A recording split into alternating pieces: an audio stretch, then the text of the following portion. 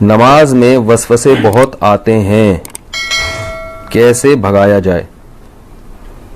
دیکھو نماز میں وسوسے اگر اس طرح کے آ رہے ہیں نا, وسوسے دو طرح کے ہوتے ہیں. بعض لوگوں کو طہارت یعنی ناپاکی کا وسوسہ شروع ہو جاتا ہے کہ پتہ نہیں ہوا تو نہیں خارج ہوئی ہے, پیشاب کا قطرہ تو نہیں نکلا, تو اس کے بارے میں صحیح حدیث ہے کہ جب تک 100% یقین نہ ہو وضو ٹوٹنے کا, اس وقت تک یہی سمجھا جائے گا کہ وضو باقی ہے. اب جو وسوسے کا مریض ہے اس کو یہ شبہ ہوتا ہے پتہ نہیں مجھے 100% یقین ہو رہا ہے کہ نہیں ہو رہا ہے, تو اس کا علماء نے حل لکھا ہے کہ اگر آپ قسم اٹھا کے کہہ سکیں نا, کوئی اس وقت پوچھے کہ بھئی آپ کی ہوا خارج ہوئی ہے یا پیشاب کا قطرہ نکلا ہے, تو آپ قسم اٹھا کے بولیں اللہ کی قسم ہوا خارج ہوئی ہے, تو یہ اس کی علامت ہے آپ کو 100% یقین ہے. یعنی اگر آپ قسم اٹھا سکتے ہو تو کہا جائے گا کہ وضو ٹوٹا ہے. لیکن جو وہمی ہے نا وہ کہے گا پتہ نہیں میں قسم اٹھا سکتا ہوں کہ نہیں اٹھا سکتا. یہ بھی ہوتا ہے. اگر کوئی اس وقت مجھ سے پوچھے تو میں کیا قسم اٹھا سکتا ہوں, تو یاد رکھو اگر آپ کو اس میں ڈاؤٹ ہو رہا ہے اس کا مطلب آپ قسم نہیں اٹھا سکتے, کیونکہ جب آپ نے کوئی یقین ہوتا تو کہتے ابھی رات کا وقت ہے نا, میں آپ سے پوچھوں بھائی ظہر ہے یا رات ہے, تو آپ قسم اٹھا کے فوراً, کوئی کتنا ہی وہم کا مرض ہو آپ قسم اٹھانے میں ہچکچاؤ گے نہیں.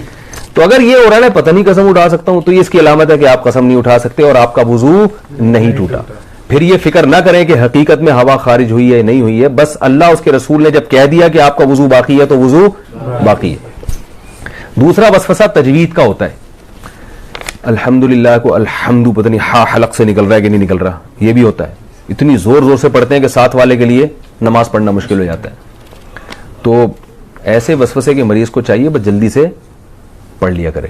کسی نے بڑا اچھا ملفوظ بھیجا حضرت ڈاکٹر عبدالحی رحمۃ اللہ علیہ کا, کہ ان کے پاس ایک شخص آیا اور کہنے لگا میرے تو سجدے ہی بیکار ہیں, میری تو نماز ہی بیکار ہے, نماز میں دل ہی نہیں لگتا اور وسوسے آتے ہیں اور پتہ نہیں کہاں توجہ ہوتی ہے, ایسی نماز کا کیا فائدہ, ایسے سجدوں کا کیا فائدہ.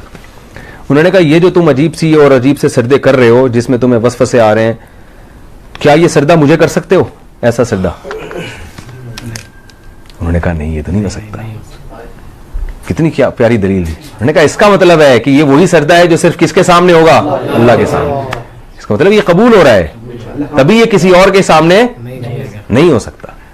تو وہم کے مریض کو چاہیے بھائی, اسی طرح جن لوگوں کا نماز میں دل نہیں لگتا, خیالات آ رہے ہیں, بھائی ہے تو نماز نا, یہی خیالات والی نماز آپ کسی اور کے سامنے کھڑے ہو کر کبھی نہیں پڑھو گے, یہ اللہ ہی کے لیے. تو یہ اس سے میں نے یہ سنا, مجھے اتنا فائدہ ہوا, میں نے کہا دیکھو یار کتنی حوصلے کی بات کر لی انہوں نے. بھائی ٹوٹی پھوٹی لنگڑی لولی نماز ہے تو اللہ کے لیے نا, باقی ظاہر ہے دن بھر محنت مزدوری کریں گے تو خیالات تو آئیں گے. خیال تو ایسی چیز ہے جتنا بھگاؤ اور آئے گا. وہ لطیفہ سنا ہے کتے والا, وہ ایک پیر صاحب نے کسی کو, جعلی پیر تھے نا, تو یہ تعویذ گنڈوں کا کام بہت کرتے ہیں, تو انہوں نے کسی کو تعویذ دیا اور 50-60 ہزار روپے اس تعویذ کی قیمت لی. اس دیہاتی کو کہا کہ یہ تعویذ ہے 50-60 ہزار روپے کا ہے, اور اب ان کو پتا تھا اثر ورثہ تو کچھ ہوگا نہیں, تو پیسے یہ مانگنے آ جائے گا. تو انہوں نے اس گنوار کو, دیہاتی کو کہا یہ تعویذ جب اثر کرے گا جب گھر میں جب تم داخل ہونا اس تعویذ کو لے کے, تو کالے کتے کا تصور دماغ میں نہیں ہونا چاہیے.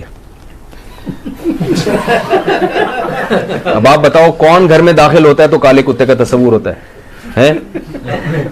کسی کے بھی نہیں ہوتا. انہوں نے بولا جب گھر میں جاؤ گے تو کالا کتا نہیں ہونا چاہیے. اب وہ کہہ رہے یار 50 ہزار روپے خرچ ہو گئے, اور اگر کالا کتا دماغ میں آ گیا تو سارا تعویذ ضائع. اب وہ بار بار کہہ رہے یار یہ کالا کتا نکلے کسی طریقے سے, چھٹک رہا ہے یوں کر کے کالا کتا. وہ جتنا نکالو گے اتنا ہی دماغ میں آ رہا ہے.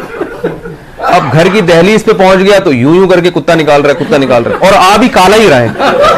کہہ رہے کم وقت ایک تو آ بھی کتا رہا ہے اور اوپر سے کالا ہی آ رہا ہے. بھائی 3 دن تک یہ کرتا رہا ہے, گھر میں داخل ہی نہیں ہو رہا, بچوں کو باہر نکال دیا, کھانا ادھر ہی دو مجھے, جب کتا نکلے گا تو گھر میں داخل ہوگا میں. لیکن کتے نے تو اور گھسنا تھا. بالآخر یہی ہوا کہ گھر میں گیا تو ذہن میں کتا تھا. بعد میں آیا وہ اپنے جعلی پیر سے کہنے لگا یہ اثر ہی نہیں. انہوں نے کہا دیکھا مجھے تو پتہ چل جاتا ہے تمہارے ذہن میں کتا تھا, اور عقیدت ہوگی کہ ایک تو ان کو پتہ بھی چل گیا. تو وسوسہ ایسی چیز ہے جتنا نکالو گے اتنا ہی آئے گا. اس لیے حکیم الامہ حضرت مولانا شرف علی تھانوی رحمہ اللہ نے لکھا ہے کہ وسوسے کا حل یہ ہے کہ نہ نکالو نہ خود سے سوچو, جو خود سے آ رہا ہے آنے دو. اللہ جب اسی وسوسے کے ساتھ نماز قبول کر رہا ہے تو ٹھیک ہے. اور وضو کے بارے میں سوچو ہی نہیں, 3 دفعہ منہ دھو, اس کے بعد سوچو ہی نہیں یہاں سے کچھ یہاں سے کچھ. وہمی کے مریض ہیں ان کا کبھی بھی وضو نہیں ہو سکتا, ان کو آپ تالاب میں ڈبو کے نکالیں گے نا 6 دفعہ پھر بھی نہیں ہوگا ان کا وضو. تو یہ بہت بڑی بیماری ہے. اس لیے جو ہے یہ وہم ایسی بیماری ہے کہ ڈاکٹروں جو نفسیاتی ڈاکٹر ہوتے ہیں نا ان کو بھی بیماری ہو جاتی ہے. یہ وہمیوں کا علاج کرتے کرتے جو سائیکیٹرک ہوتے ہیں نا, یہ بھی ہوائی بات نہیں ہے, یہ بھی تحقیق کے بعد بتا رہا ہوں کہ یہ جو سائیکیٹرک ہوتے ہیں نا, جو نفسیاتی علاج کرتے ہیں, کچھ دنوں کے بعد ان کو اپنا علاج بھی کروانا پڑتا ہے. یہ حقیقت ہے, آپ کسی ڈاکٹر سے پوچھ لیں, کسی اپنے سے بڑے ڈاکٹر کے بعد بیٹھے ہوں گے اگر مجھے یہ ہو رہا ہے, ٹھیک ہے نا, کیونکہ ہر وقت ان کے پاس ایسے مریض آ رہے ہیں جو الٹی الٹی باتیں کر رہے ہیں, تو تھوڑے دن میں یہ بھی الٹے سوچنا شروع ہو جاتا ہے. کوئی نارمل بندہ ہی نہیں آتا ان کے پاس. تبھی میں وہمیوں سے بہت ڈرتا ہوں. کسی کو طلاق کا وہم ہو گیا, کسی کو جناب طہارت کا وہم ہو گیا, تو زیادہ فون آتے ہیں, پھر میں اس کو وہمیوں کی لسٹ میں ڈالتا ہوں. میں کہ بھائی تو پاگل ہے, ہم کو تو نہیں پاگل بنانا, تو ہم بھی یہی سوچنا شروع کر دیں. میں 2-4 دفعہ اب نہیں بتاؤں گا مسئلہ.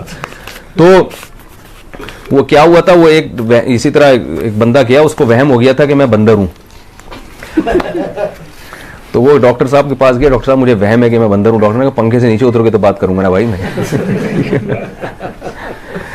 تو وہ ایک اور ہے نا کہ ایک ڈاکٹر ایک تھا, ایک آدمی, اس کو 1 کے 2 نظر آتے تھے. ڈاکٹر کے پاس گیا کہ مجھے 1 کے 2 نظر آتے ہیں, کوئی علاج بتائیں. ڈاکٹر نے کہا آپ تینوں کو یہ بیماری ہے کیا؟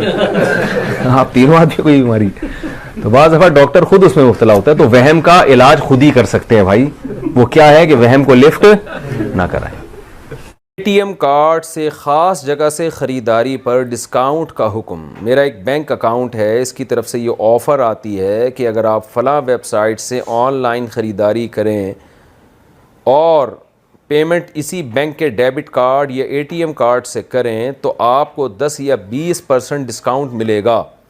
کیا یہ ڈسکاؤنٹ لینا میرے لیے جائز ہے یا نہیں؟ مصدق شاہ ابو ظہبی سے. جائز ہے آپ کے لیے ڈسکاؤنٹ لینا. آپ اگر کسی خاص بینک نے آپ کو آفر دی ہے کہ آپ ہمارے ذریعے سے شاپنگ کریں گے تو ہم آپ کو ڈسکاؤنٹ دیں گے, اس میں سود کا کوئی عنصر نہیں ہے, یہ جائز ہے, کوئی حرج نہیں ہے اس میں. لیٹ نائٹ جاب کی وجہ سے کیا ہم فجر چھوڑ سکتے ہیں؟ میں یونیورسٹی کا اسٹوڈنٹ ہوں, صبح پڑھائی کرتا ہوں اور دوپہر 3:30 سے رات 1 بجے تک جاب کرتا ہوں. کبھی اس سے بھی لیٹ ہو جاتا ہوں تو میرے لیے بہت مشکل ہوتا ہے کہ میں فجر کی نماز پڑھوں. تو مجھے مشورہ دے دیں کہ میں کیا کروں جبکہ جاب کرنا بھی ضروری ہے. قاسم طارق فیصل آباد سے. جناب میرا دین ہوتا, میں آپ کا اللہ ہوتا, معاذ اللہ نقل کفر نباشت, تو میں آپ کو چھوٹ دے دیتا. اللہ نے تو جو دین بنایا ہے اس میں 5 نمازیں ایسی فرض کی ہیں کہ چھوٹ رکھی نہیں ہے اس میں. تو آپ الارم لگا کے سویا کریں, تیز الارم, اور فجر کے لیے اٹھ جایا کریں. بھرپور طریقے سے آپ نے الارم لگا دیا, اپنے کان کے قریب رکھ دیا, پھر بھی آنکھ نہیں کھلی تو پھر لیس فی النوم تفریط, پھر آپ کا قصور نہیں ہے, اللہ معاف کر دے گا. جیسے ہی آنکھ کھلے پھر اس وقت فجر پڑھ لیں. لیکن فجر کی نماز چھوڑنا آپ کے لیے جائز نہیں ہے اس عذر کی بیس پہ, کسی کے لیے بھی جائز نہیں ہے.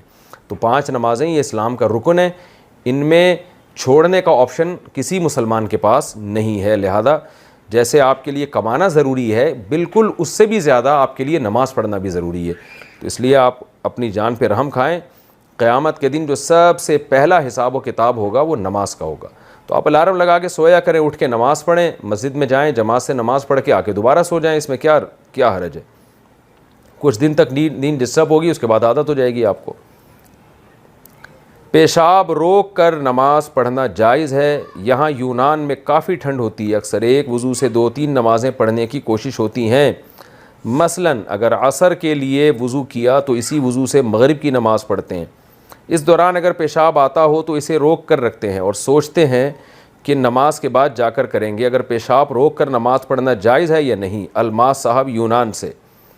بہت تیز اگر پیشاب آ رہا ہے نا تو پھر روک نہیں سکتے اس کو, کیونکہ نبی صلی اللہ علیہ وسلم سے صراحتاً اس بارے میں حدیث ہے کہ مدافعات اخبثین کے وقت آپ صلی اللہ علیہ وسلم نے نماز پڑھنے سے منع کیا, کیونکہ اس سے نماز میں دل نہیں لگے گا. ہلکا پھلکا آ رہا ہے وہ تو 24 گھنٹے ہر آدمی کو تھوڑا بہت مثانے میں پیشاب تو ہوتا ہی ہے, وہ تھوڑا یعنی ہلکا پھلکا ہے, پریشر زیادہ نہیں ہے. آپ سمجھتے ہیں کہ نماز میں دل لگا رہے گا میرا, بار بار پیشاب کی طرف توجہ نہیں جائے گی نماز میں, تو پھر آپ روک کے نماز پڑھ سکتے ہیں. لیکن اگر پریشر سے آ رہا ہے تو پھر آپ وضو کر لیں, پیشاب کر کے دوبارہ وضو کر لیں. نبی صلی اللہ علیہ وسلم نے فرمایا سردیوں میں وضو سے گناہ ایسے جھڑتے ہیں جیسے سردیوں میں درخت کے پتے جھڑتے ہیں, بہت تیزی سے گناہ جھڑتے ہیں سردیوں میں وضو کرنے سے. تو یہ فضیلت ہے. اس